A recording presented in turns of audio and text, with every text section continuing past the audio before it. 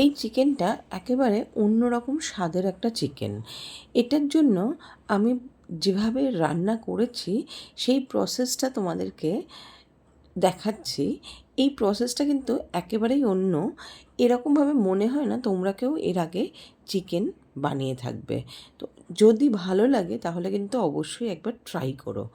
তার জন্য আমি প্যানে ফার্স্টে সর্ষের তেল গরম করেছি আর তার মধ্যে কালো জিরে ফোড়ন দিয়েছি। এরপরে বড় মাপের দুটো পেঁয়াজ নিয়েছি। পেঁয়াজটাকে খুব ভালো করে ভেজে নেব, একটু লাল লাল হওয়া পর্যন্ত ভাজতে হবে। পেঁয়াজটা যাতে আরও তাড়াতাড়ি ভাজা হয় তার জন্য আমি একটু নুন অ্যাড করলাম। নুনটাকে দেওয়ার পরে পেঁয়াজটা কিন্তু তাড়াতাড়ি নরম আর কালার ধরতে শুরু করবে। যখন কালারটা মোটামুটি ধরতে শুরু করেছে তখন আমি এর মধ্যে দিয়ে দিলাম পোস্ত বাটা।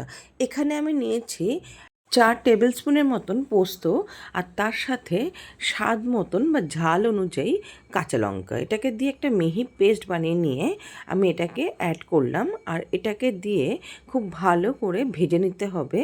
তার সাথে আমি অ্যাড করব কাশ্মীরি লাল লঙ্কার গুঁড়ো। এবারে এটাকে দিয়ে খুব ভালো করে ভেজে নিয়ে যখন তেল ছাড়তে শুরু করবে তখন আমি এটাকে উঠিয়ে একটা বাটির মধ্যে রেখে দেব।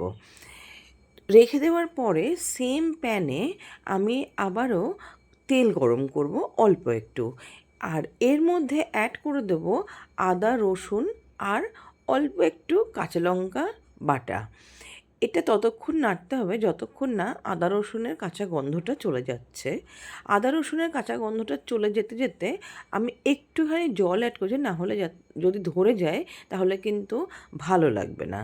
আর তারই সাথে অ্যাড করে দিলাম হলুদ গুঁড়ো আর স্বাদ মতো নুন। এটাকে দিয়ে খুব ভালো করে কষিয়ে নেব। তেল যখন ছাড়তে শুরু করেছে তখন আমি এখানে চিকেনটাকে ধুয়ে রেখেছিলাম, সেই চিকেনটাকে অ্যাড করে দিচ্ছি আর এটাকে বেশ ভালো করে কষিয়ে নিচ্ছি।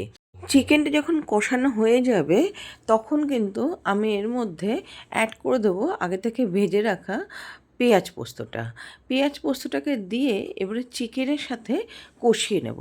তোমরা কিন্তু যখন পেঁয়াজ পোস্তটা ভাজবে তখন চাইলে 2-4টে কাজু বাদাম অ্যাড করতে পারো। আমি কিন্তু কোনো কাজু বাদাম বা কোনো বাদামই অ্যাড করিনি। এবারে যখন চিকেন থেকে জল ছাড়তে শুরু করেছে ঢাকা দেওয়ার পরে তখন কিন্তু আমি এখানে আবারও একটু নাড়িয়ে চাড়িয়ে আর একবার ঢাকা দিয়ে আরও 5-10 মিনিট হতে দিয়েছি। এইভাবে কিন্তু ঢাকা দিয়ে দিয়ে মাংসটাকে হতে দেব আর অল্প অল্প জল ছাড়ছে সেইভাবে কিন্তু কষাতে থাকবো চিকেনটাকে মশলার সাথে। আর এরপর এর মধ্যে অ্যাড করে দেব স্বাদ মতন নুন কিন্তু এর আগেও দিয়েছিলাম, সেটা খেয়াল রাখতে হবে। একটু টেস্ট করে নিয়ে তারপরে এর মধ্যে নুন অ্যাড করে দিয়ে আরও মিনিট 5-7 কষিয়ে নিয়ে তারপরে এটাকে 10 মিনিটের জন্য রেস্টিং টাইম দেব। দেন এটাকে সার্ভ করব গরম গরম ভাতের সাথে। তো অবশ্যই জানিও কেমন লাগলো।